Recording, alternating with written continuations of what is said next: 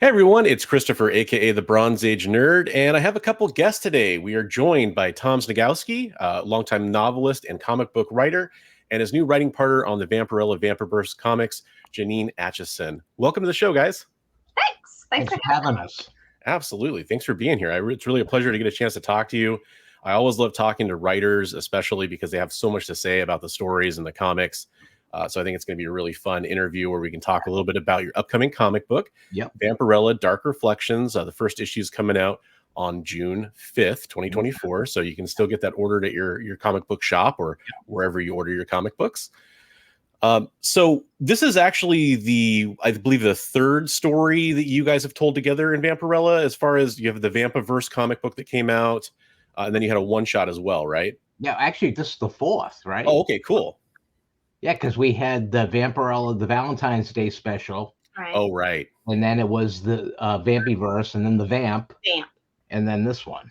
Nice. So all connected. Right, all dealing with kind of the Vampiverse, the multiverse of Vampirella, right? Mm-hmm. So I'm really curious about that. You know, you guys have been telling these stories for a little bit now, and you've gotten into the flow with it. What has changed from the beginning of the story till now? Like, how has that story evolved in your minds as you've kind of had to build out this universe? I think at this point we're getting to have a deeper dive into some of the different Vampirella characters that exist. In the Vampiverse, we had just a little taste of, I don't know, maybe 5 or 6 or 7 or 8 different Vampirellas, like Futurella and Meanderella and a few other Vamp. But now we're getting to really dive into the characters a lot more. And I think that the things that they're revealing about themselves to us are kind of cool. I think it's interesting to take a deep dive into the characters.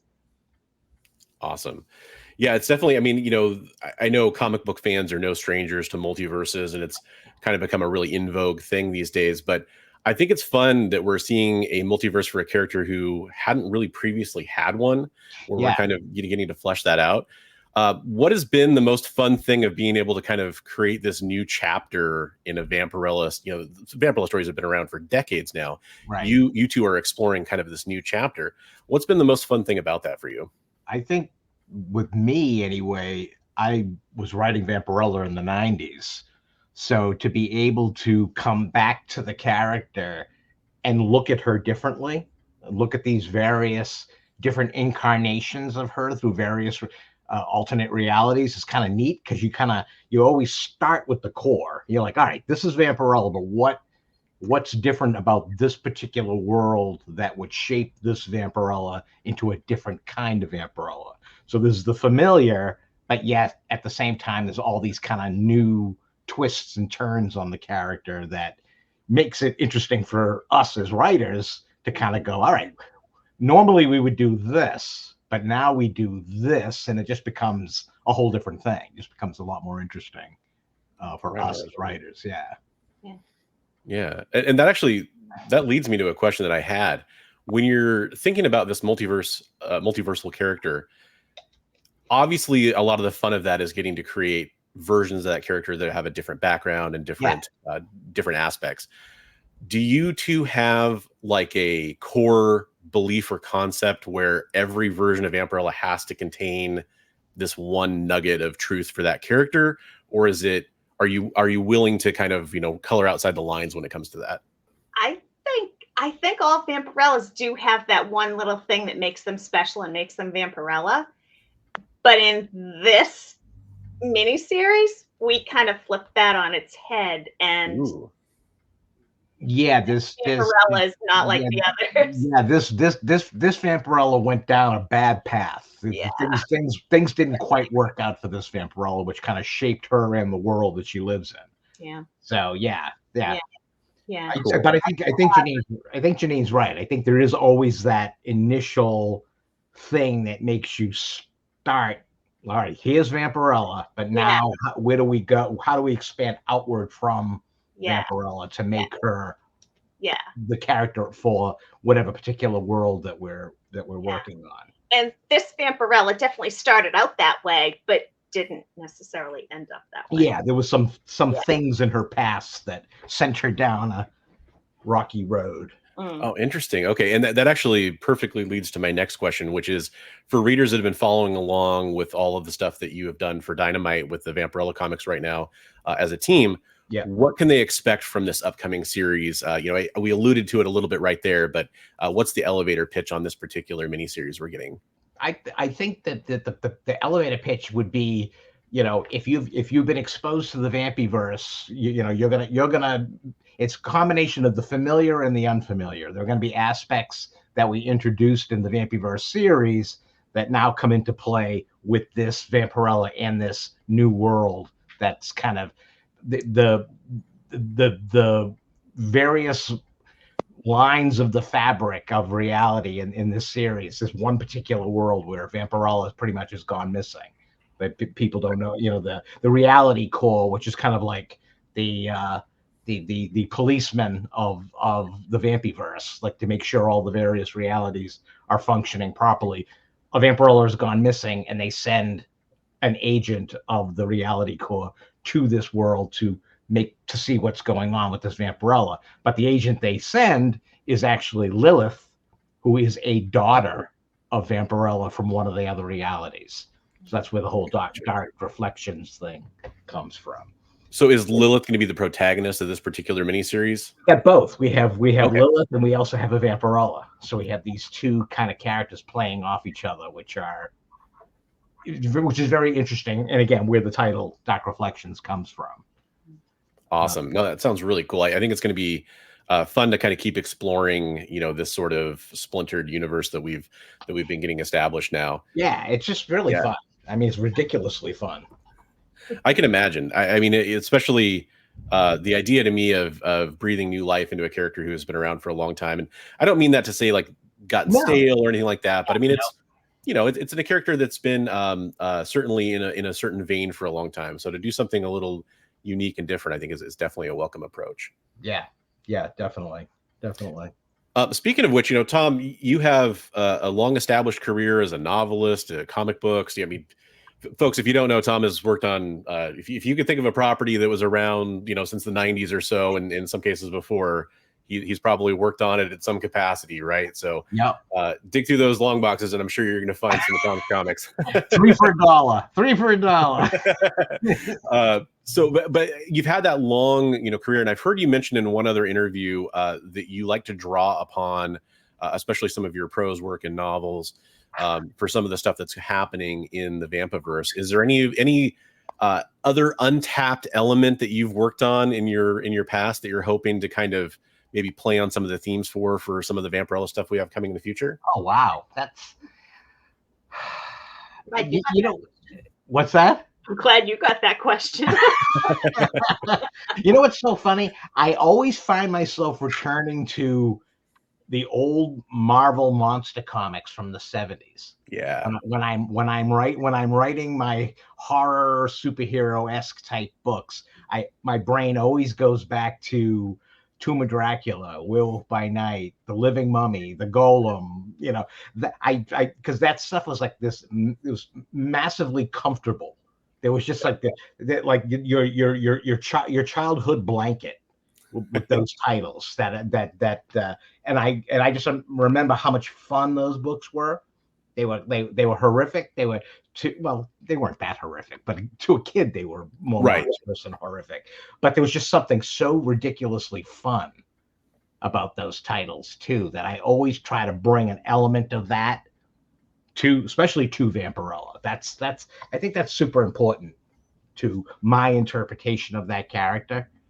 I always try to kind of come up with something that's exciting and it's grotesque, but at the same time, it's kind of she's such a badass that like the action aspects, I try to in working with our artists like Daniel Main on Vampiverse and on Dark Reflections, you always try to give him something that looks cool.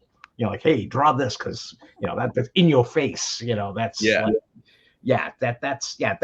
that would probably be the thing that I always kind of try to draw from, is just my enjoyment of that time period in monster comics. Or I shouldn't just even say the Marvel stuff, like even Swamp Thing. like the 70s Right. Swamp Thing by Bernie Wrightson and Len Wein and stuff like that. So No, definitely. Well, and it's funny I mean, in my head now, I'm picturing Vampirella like in a crossover with some of those characters now, and I'm just having a field day in my imagination because I think she would have fit right in. oh yeah, no, that would be a riot. That'd be really fun. Cool. No, that's a great answer. I really appreciate you putting that kind of thought into it because that's exactly what I was looking for, and it's cool to connect those two things in my head now as I'm reading. Speaking of the universe you've built, universes at this point, literally. And speaking of your career, Tom, I know you've done collaborative work before, of course, but you've had a long, primarily solo career. Mm-hmm. And then we come into Vampiverse and you're bringing on a writing partner for this endeavor. So I'm really curious to hear the story about how that started and kind of how we got here today and, what your thoughts are on that for both. We'll turn that over to Jeannine. Perfect. She can fill the gaps in on this one. For 15 years, I was a teacher in the Danvers, Massachusetts public schools. And I was doing a unit with my students about which is better, a book or a movie. And my colleagues and I were talking about how it's too bad we didn't know an author who had books turned into movies. And that's when I remembered my old high school friend, Tom Sniegoski, who had 3 of his novels turned into movies for ABC Family Channel. So I emailed him, and it was right before the start of the pandemic. He came, he talked to my kids, and we just never stopped talking. And then at one point he said to me, have you ever thought about writing? And I thought, please, write for school and that's it. And then the pandemic hit and I found myself with a lot of extra time on my hands, like a lot of other people. And we started writing a novel together and we finished it. And then somewhere along the way, Nikki Barucci at Dynamite asked Tom if he would like to write a Vampirella Valentine's Day special to come out in 2021. And Tom said, hey, did you ever think about writing comics? And I thought, at this point, why not? So we wrote that first one together and we haven't looked back. It's been 4 series for Dynamite and a bunch of other stuff that we've written together. And he just kind of took me under his wing and taught me everything I know about comics. Right on. No, that's really cool. So as somebody who I've always thought it'd be fun to write comic books, and it's something that I've dabbled in on a very amateur level, of course. You're now in the deep end, but you started out, just kind of learning the craft and being under his wing, like you said. Yeah. What was that process like for you? What have you learned along the way that's really been helpful for you, so we can kind of maybe educate some of the other aspiring writers out there? Honestly, I feel like with this latest Dark Reflections Vampirella book, I feel like at this point, 4 years later, I finally have a better grasp of what I'm doing and what I'm supposed to be doing. I read a lot of books about writing comics. I studied. Tom would give me his old scripts, and then he'd show me like the artist's pencil drawings and then the artist's inks and then the colors. And he kind of took me through the process to teach me how it went. Yeah. Once I internalized that, it was more like practice than anything else. Cool. We still write comics together. Just the two of us in a Google Doc, whether we're working in our own homes or if I'm at Tom's office. But we kind of sit down and write them together. We don't divide and conquer. Like he would take half of it and I take the other half. We literally sit and like plot it out and then lay it out line by line together. Okay, interesting. And I think the advice that I would give to somebody writing comics is, and I say this all the time, don't be afraid to be wrong, or don't be afraid to like put what you're thinking out there. Yeah.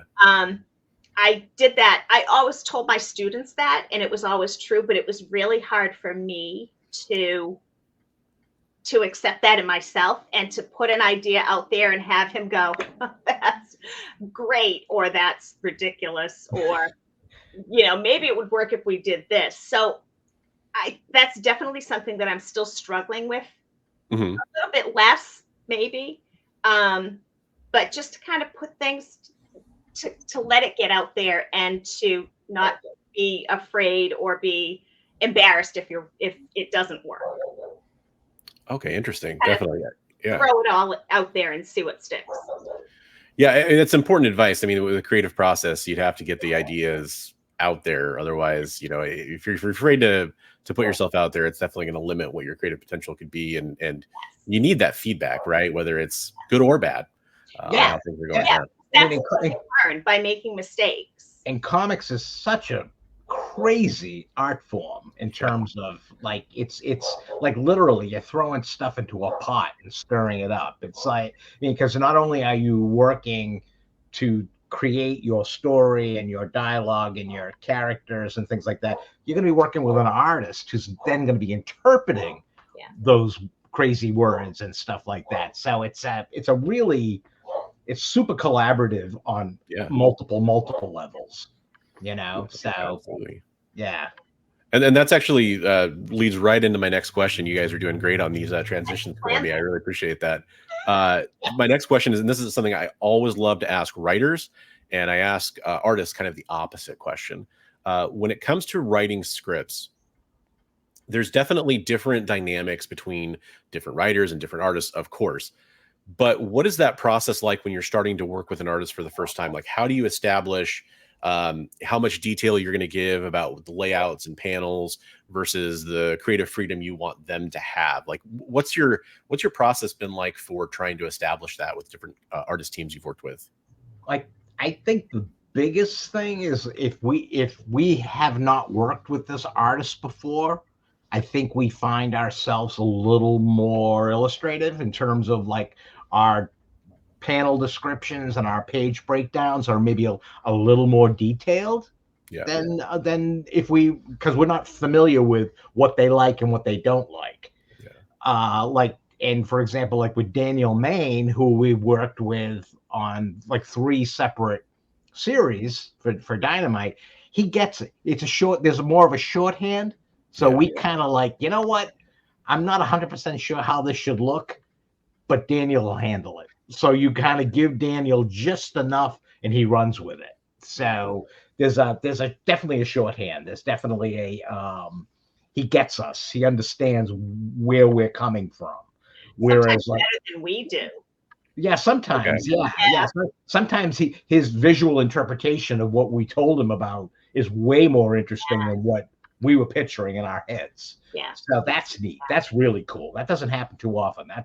When that happens, that's really, really cool. Yeah. No, that's definitely the magic of comic books. Like you were saying, it has to be a collaborative effort. It's not an individual team sport, right? It absolutely is not. I mean, honestly, one thing can't exist without the other. Yeah. For a comic, they both have to they both have to work in unison, or it's not a comic. That actually, it makes me wonder because, like I said, I do ask artists the inverse of that question, and I try to see, how do you start working with writers, and what are you looking for detail and that kind of thing. It does make me wonder. Not necessarily in the current, work. I don't necessarily need you to get into the details of that. You could keep it really generic. Right. Are there ever cases where your artists come back with questions or directions that have helped you or maybe even hurt you in some ways with how you want to shape the story? Like they're confused about something and it helps you realize that maybe the reader would be confused about something. Anything along those lines ever happen in the creative process where you kind of get to learn something from the artist about where the story should have gone or where it is going? I know in the past, I've had instances where an artist has had a better interpretation than something that I've done. Like they've like, you say do it this way, but what if we did this instead? And it's kind of like, at first it's jarring because it's like, oh, wait a minute, you're disrupting my house of cards. But then all of a sudden you realize, you know what, your take is better. That actually works really much better than what I have. So okay, that's cool. That's good to know. So every once in a while you'll get that. And I think the more times you work with an artist, I think the artist is more willing to do that with you because their comfort level is more better than if they don't know you at all. For sure. That makes perfect sense. I once, I won't mention any names, but I once had an artist on a book that I was working on. This guy wanted to draw a character with a whip. And he kept saying to me, couldn't he have a whip? And I'm like, why does he have a whip? I really want to draw a whip. I think he should have a whip. A whip would be really cool. I'm like, I don't think I could work a whip. I don't know why a whip would be in this story. Oh, I really want to draw a whip. And then you see the comic book on page 13, Whip Man enters the frame. Yeah, I don't know. He just wanted the character that I was writing, that he was drawing. He wanted that character to have a whip, and he didn't have a whip, but he wanted him to have a whip. Oh, that is fascinating. Okay. Yeah, oh, yeah, and he was insistent. That's what the thing that I couldn't get. I'm like, why do you want this whip so bad? I just think it would be really cool. I just have to know if that person was watching a lot of Indiana Jones or I don't know. I don't know. I honestly, for that character, a whip did not really play into the character at all. There was like no reason for that character to have a whip. Oh, that is fascinating. Yeah, I mean, you definitely hear about the other one that I hear a lot is especially when it comes back to the old days of comic creation, the older days of comic creation is writers would send off pages and they basically wouldn't see anything until it was a finished product. You hear that sometimes too, and it's to me, because of the collaborative nature, I always, at least as a reader and a fan, I like to picture that, being more of a back and forth kind of process, I guess. But it has its pros and its cons, and sometimes those cons involve whips. Oh, yeah. A whip. Jeannine, I wanted to ask you, you're having this position of being a woman writer coming into a pool of writers for a comic book where there hasn't been, there's been some, but not necessarily a ton of female writers for Vampirella in the past, and you're kind of taking on that role. Is there anything that you're trying to bring to the character, or anything that you think that perspective helps kind of fill in that you've been wanting to bring into the comic books you've been writing? Oh, interesting. Good question. I think once I kind of got over my initial shock and fear of what I was doing, I don't know. I mean, I guess at heart, Vampirella is a woman, just like the rest of us, although she's fared much better than I have after 50 some odd years. But I don't know. I don't know. I think that Tom has the character. He knows her so well that even though he's not a woman, I think he still gets her. And so I don't know that there's necessarily, maybe not with Vampirella herself, but maybe with some of the other Vampirellas that we've created, I think maybe I have a little bit more of an edge with those, just because they're not that iconic character. Yeah. And they're women and Vampirellas. That makes no sense at all? No, I'm thinking about some of the Vampirella, versions, and they've come from kind of different time periods, and different backgrounds that might be more informed, I think, by a woman's perspective personally. Yeah, feminine point of view. Yeah, I think maybe, but I still think that Tom has his finger on the pulse of Vampirella. Like, he knows that character inside and out, knows the things that she would say. But I think back to like the Valentine's Day special. Even then, when I had no idea what I was doing, I think I had a few good lines in there of like, you had some really good, considering that it was your first work in comics. You had some nice, there was some surprisingly good insight into the character and the world that we introduced in that miniseries. That that one shot, actually. That one shot, I knew I hadn't made a mistake. Nice. Well, that's awesome to hear. This is one of the things I wonder about. I'm a father of a daughter who's getting into comic books at a very young age, and my wife, I've gotten her into comic books over the years, and I just I'm always curious about that perspective, because one of the things I talked about recently on one of my shows is, I think we need more women readers in comic books, for example, because without a it's an doubt. underserved group. So I was curious about that, and I very much appreciate the answer. So thank you. And the other question I had along those lines for you, Jeannine, what was your familiarity like with Vampirella before this project was coming about? I was none. Oh, I was aware of the character. I knew who she was. I remember the her with the bat on her hand. Tom has a statue of her in his office, and I remember the poster actually. But I had not read Vampirella comics.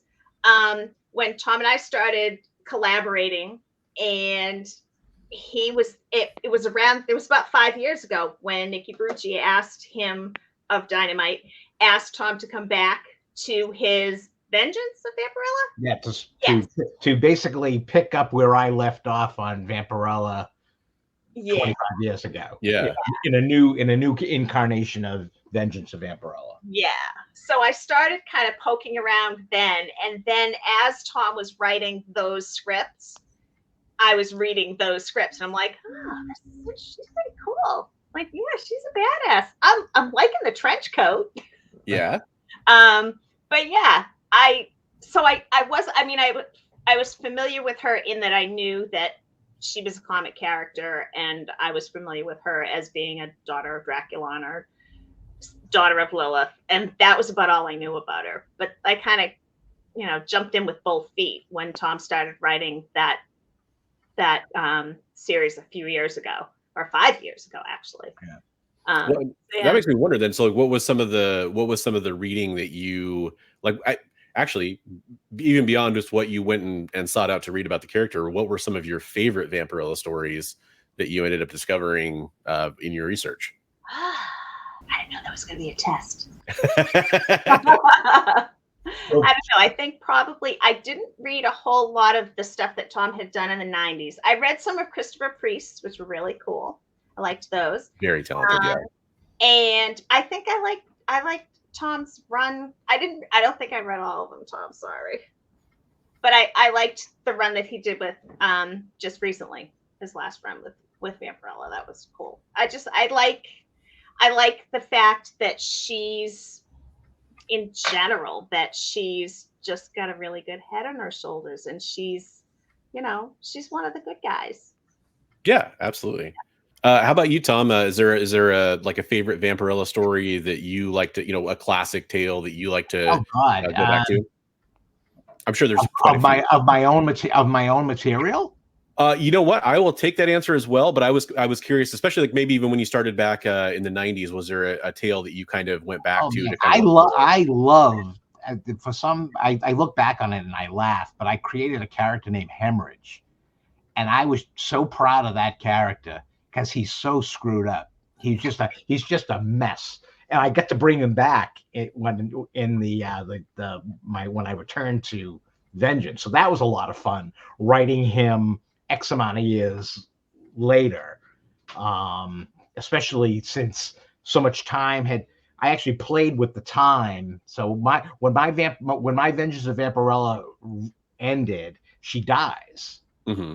And when I picked up again, I resurrected her. Yeah. So that period of time that had gone by, the world had gotten really messed up. But Hemorrhage had continued to exist in that world. So getting to play with him 25 years later and imagine what screwed up crap he'd been doing for 25 years was really, really neat. So yeah, that he was probably my biggest the most fun bad guy that I got to play with. No, that's actually where you picked back up is the first modern Vampirella stuff that I'd read. Okay. So that was a fun jumping on point to try to kind of get familiar with the character again and everything. So yeah, that was really cool coming back to that. That was a really interesting feeling. Yeah. Writing those scripts, writing that character again after all that time. Right on. Yeah, it was really neat. And then any classic story that you drew upon from even before your first initial run on Vampirella? A lot of the times I fall back. Was it Denny ONeal who wrote a bunch of the early Vampirellas? Yeah. Yeah, he was the guy that took the character and set her on a path. And I think that path is still the path that when I write the character, that's the beginning of the road for her. Like what he did with her, with the supporting cast and the Cult of Chaos. You know, I think he created the perfect bad guys that kind of infiltrate the world type of thing with the Cult of Chaos. So you can play with that on so many different levels. Like that's always a good fallback. What villains am I going to play with this time? Oh, the Cult of Chaos. I'll put a spin on that. Nice. So yeah. I think his is the epitome because of the fact that he was the first guy to take it somewhere. Because she was a horror host, and then she was like kind of like Uncle Creepy and eerie and stuff like that. He was the first guy that actually gave her a direction. Right, kind of her own individual. Yeah, with the supporting cast and stuff like that. So I always fall back on that for sure. Cool. So I guess the last real question I have about the story is then just what has been for you as a team? What's been the most either exciting thing about working together as a team, or from the fan reaction kind of standpoint?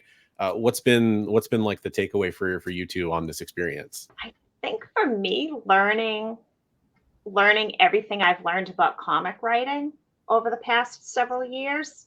Like I feel like the experiences that I've had have been amazing and really kind of life-changing.